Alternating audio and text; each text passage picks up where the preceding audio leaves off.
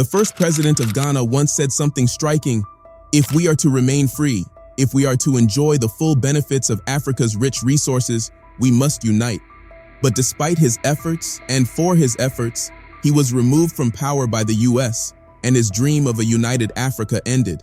More than 60 years later, and nothing has changed. African leaders are still speaking and dreaming about a united Africa with no tangible actions. However, the new president of Ghana, John Dramani, and the president of Burkina Faso are pushing for an Africa that is without borders and self-reliant. But what exactly does an Africa without borders and is self-reliant mean? And is it even possible? Let's find out. The Berlin Conference of 1884 to 1885 was the cause of most of Africa's borders today. The conference was put together by German Chancellor Bismarck for two reasons. One, to settle how European countries would claim colonial land in Africa. And two, to avoid a war among European nations over African territory. At the time, all the major European states were invited to the conference. Representatives of 13 European states, including Germany, France, Great Britain, Netherlands, Belgium, and Portugal, were present at the conference.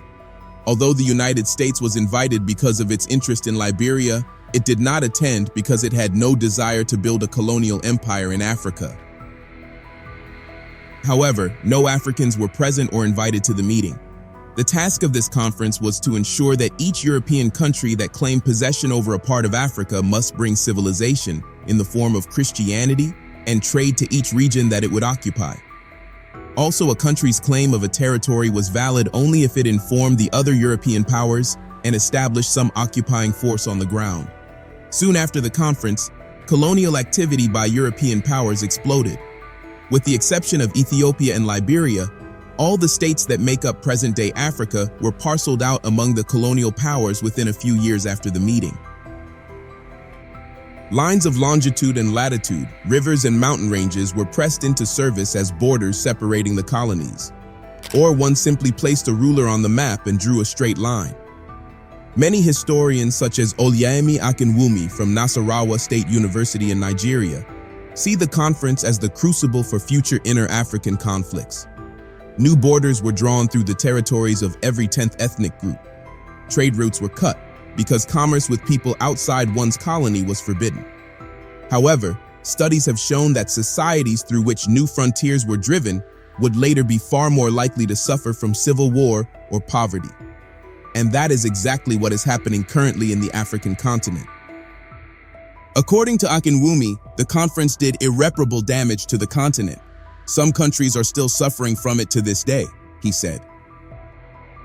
Following the Berlin Conference, there was still little exploration into the interior of Africa beyond gaining initial treaties.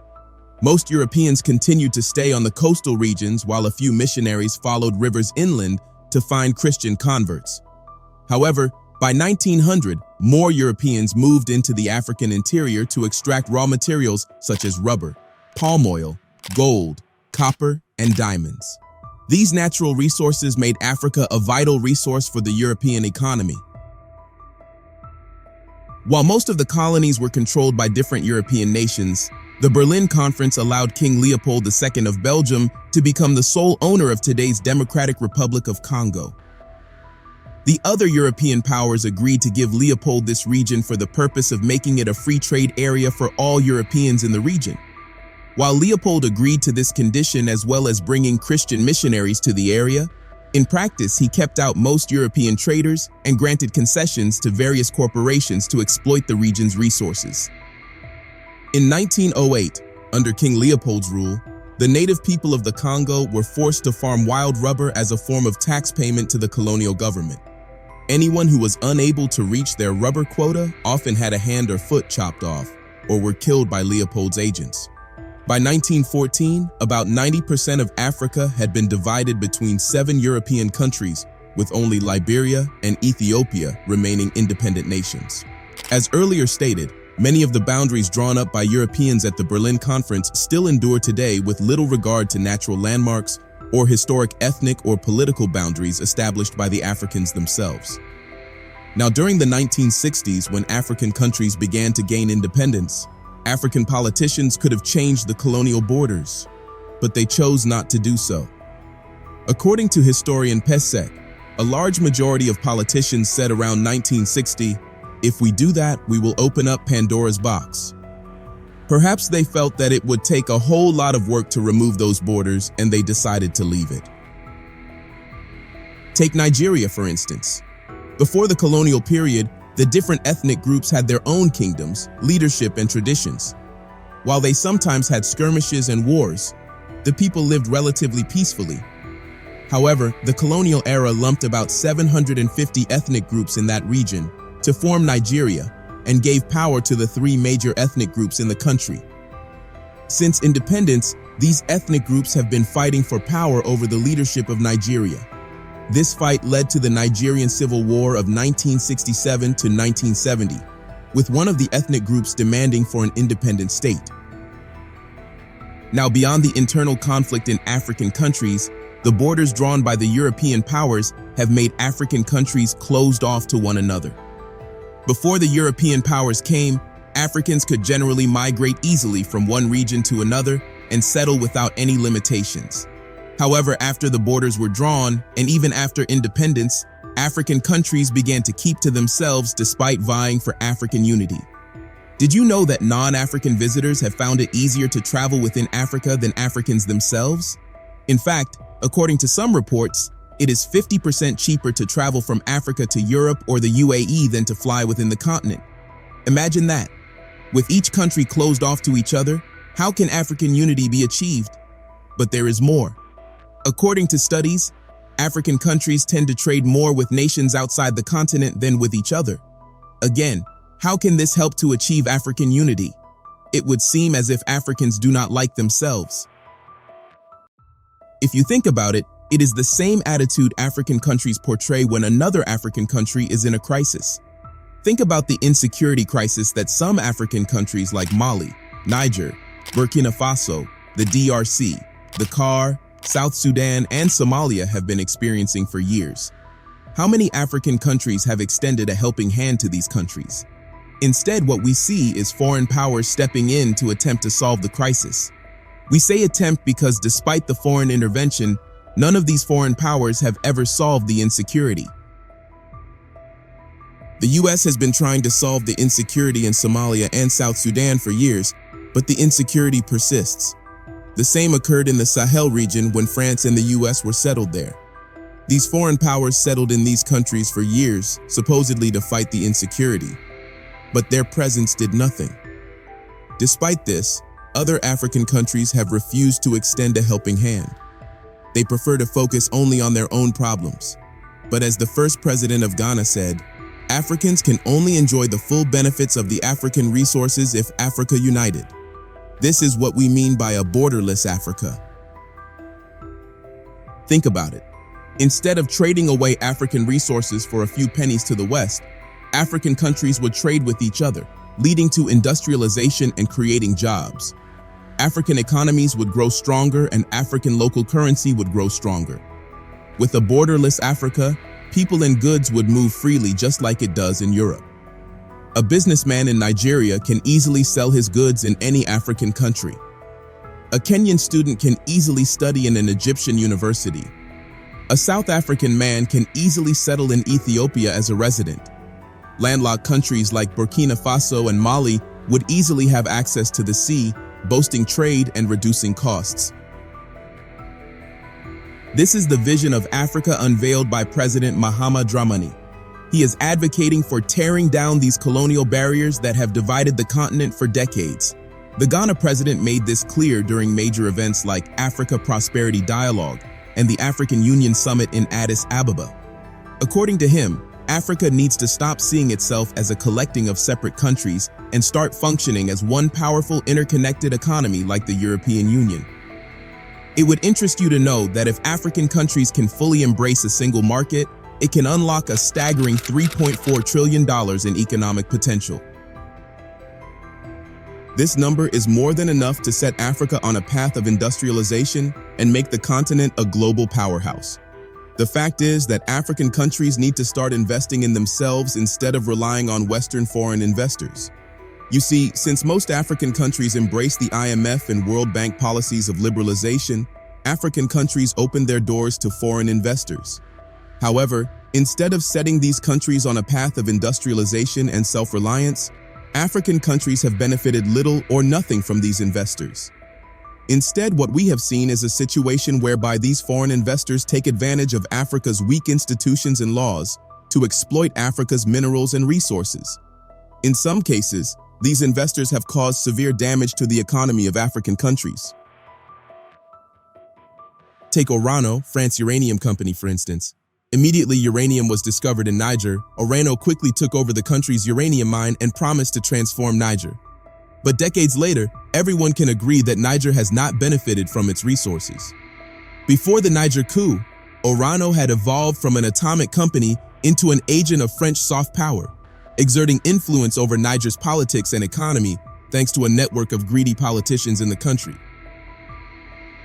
In addition to this soft power, Orano earned tens of millions of euros by negotiating tax breaks through mining contracts with Niger, according to a 2013 report. At the time, Niger's greedy president, Mahamadou Issoufou, agreed to tax breaks for mining activities in exchange for a presidential jet, which the company promptly offered to the president. But that's not all. We remember talking about the Colonial mine, which was closed due to the depletion of resources. Well, this mine was near Arlit, a northern town with a population of about 100,000. When Orano started operating the mine, the company promised to fight poverty and turn the city into a mini Paris. But what they left behind when the mine finally closed was nowhere near the size of Paris. According to a Greenpeace investigation, Orano left 20 million tons of radioactive sludge at the mine site. Further investigations found that the radioactivity levels were 450,000 becquerels per kilogram, far above the internationally recommended radiation levels. This waste produces a radioactive gas called radon, which contaminates Arlit's soil and groundwater as well as the air. To make matters worse, the people of this city have no choice but to drink the water and breathe the air. Exposure to such high levels of radiation causes many unknown diseases of the skin, liver, kidneys, lungs, etc. Our legacy is one of permanent contamination. There is no wildlife or plant life left in the Arlit area, said Mustafa Al-Hassan, founder of local environmental NGO Agile in Mali. What's worse, this radioactive waste will be active for hundreds of thousands of years to come. Orano should have sealed the mine, but they didn't cause irreparable damage to the air and the soil. The worst part is that Orano did not pay for damages and neither was the company charged to court. This is just one example of how foreign investors have wreaked havoc in African countries. And this is why President Dramani has called for African countries to invest in themselves, eliminating the era of depending on the West. But beyond investing in themselves, President Dramani has called for African countries to stop being suppliers of raw materials. For generations, Africa's raw materials have fueled industrialization in other parts of the world. Yet itself remains behind the rest of the world in terms of development. Several reports have revealed that the West designed a system to ensure that Africa remained a supplier of raw materials and not a competitor in the global scene. But how long will Africa countries continue to live under this design? Julius Malema, the leader of the economic freedom fighters, said in one of his speeches, "Africa doesn't need the West, instead the West needs Africa," which is a very true statement. But in reality, it seems the opposite is what is playing out because despite the abundance of mineral resources and raw materials, African countries are highly dependent on Western industrialized goods. Due to a number of factors, including lack of infrastructure and corruption, the abundant raw materials and minerals in Africa are exported at a cheaper rate to European countries that have the necessary infrastructure to process them into finished goods, and then they are sold back to Africa at a very high rate. It's no wonder the continent is the poorest in the world. This was the situation until the 2000s when some African governments started responding with bans on exporting raw materials to reduce the historical dependence on Western-controlled markets and taking concrete steps to add value to mineral, agricultural, and forest resources. In an address to the Southern Africa Development Community in 2015, the late president of Zimbabwe, Robert Mugabe, captured this sentiment when he said that If we remain exporters of raw materials, we will never go anywhere while other economies flourish. 5 years later, when telling the Swiss that Ghana would no longer be exporting its cocoa raw, former Ghanaian President Nana Akufo-Addo said, "There can be no future prosperity for the Ghanaian people in the short, medium, or long term if we continue to maintain economic structures that are dependent on the production and export of raw materials." Now, in recent times, with talks of climate change and every country is looking for ways to promote clean energy transition, once again the world is looking towards Africa, which has abundant minerals needed for clean energy technologies. From lithium-rich rocks in Zimbabwe to cobalt in the Democratic Republic of the Congo, these minerals are increasingly in demand from Africa's trade partners as part of the global green shift away from climate-warming fossil fuels. However, instead of responding to the increasing demand for these minerals needed for the clean energy by increasing their exports, some African governments decided to turn around and ban the exportation of the minerals. In fact, according to a research published in May by the Africa Development Forum, more than a dozen African nations, including Democratic Republic of Congo, DRC, Nigeria, and Namibia, have restricted such exports intermittently or banned them outright. For example, on July 27th, Ghana's cabinet decided to ban the export of unprocessed minerals like lithium. This new policy aims to retain a significant proportion of the value chain before a product is rolled out for export. Just a month before Ghana did, Namibia also implemented the same policy, but with a leeway that smaller quantities of these minerals may be allowed for export at the discretion of the Minister of Mines and Energy and subject to the cabinet's endorsement. Zimbabwe also adopted a similar measure in December 2022 regarding the export of unprocessed lithium. According to a circular issued by the country's Ministry of Mines and Mining Development, the move is intended to fulfill President Emerson Mnangagwa's vision of the country becoming an upper-middle-income economy. Nigeria, the giant of Africa, is not left out. In 2022, the former Nigerian Mines and Steel Development Minister Olamilekan Adigbite spearheaded the export ban on raw ore. In a speech, the former minister said African nations were calling for an end to the plundering of the continent for raw materials. Despite being a big supplier of crude oil, Nigeria is mainly reliant on imports from foreign refineries. Adigbite stated that the ore prohibition, which encourages local processing or refining before export, aims to avoid a similar problem in the mining sector. Bring the industries to Africa so that our people can be employed, Adigbite added. The reason for the export ban on minerals by African countries is simply to boost processing of these minerals within the continent, which will ensure that Africa gains more. So as demand grows for such minerals for the energy transition, so are calls for export controls or bans in Africa to move beyond just mining and bring more of the supply chain and ensuing value and profits within the continent. Think about the gains a country like Zimbabwe, which is rich in lithium, would make if instead of just selling raw lithium to Western countries, it sold processed lithium. It would not only gain more in terms of revenue, but also provide job opportunities for thousands of people because the processed lithium would require a processing plant. So, what will be the impact of these export bans on minerals? Some analysts like Abdullahi Lawal, a senior geologist based in Nigeria, believe that the export ban will spur the growth of processing plants in the continent. Abdullah stated that foreign investors will be forced to set up processing plants here in Africa. This will automatically create job opportunities for Africans, although he added that in African countries with high levels of insecurity, foreign investors may not want to establish processing plants. However, for some, the export ban could stifle trade with other African partners, since a country that has banned export of such minerals wouldn't allow these to be sent to another African nation with battery-producing plants that require lithium. But despite these divergent views, the policy on export ban does have its merit and will succeed in the long run provided those in charge do not mess with the larger goal. Like Abdullah, he said, "It may take a while, but the economy will improve as long as the leaders are doing right by their people." What are your thoughts? Let us know in the comment section below. Don't forget to like this video, drop a comment and share.